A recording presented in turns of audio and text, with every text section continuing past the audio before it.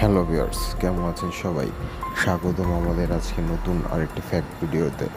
দেখতে পাচ্ছেন একটি মেয়ে বা মহিলা পুকুরে নয়, এটি হচ্ছে একটি নদীর জলস্রোত। এখানে জাল দিয়ে মাছ ধরছে, যেটা খুব কম সংখ্যক মানুষই করতে পারে এবং পুরুষ মানুষ এই কাজটি করে থাকে বেশি। কিন্তু এখানে এই মেয়েটি জাল দিয়ে মাছ টানছে এবং সে অবশ্যই তার অনেক দক্ষতার সাথে এই কাজটি করছে। দেখতে পাচ্ছেন ভিউয়ার্স কিভাবে সে তার সর্বোচ্চ চেষ্টা দিয়ে এখান থেকে মাছ সংগ্রহ করতে যাচ্ছে। এভাবেই তারা টিকে থাকে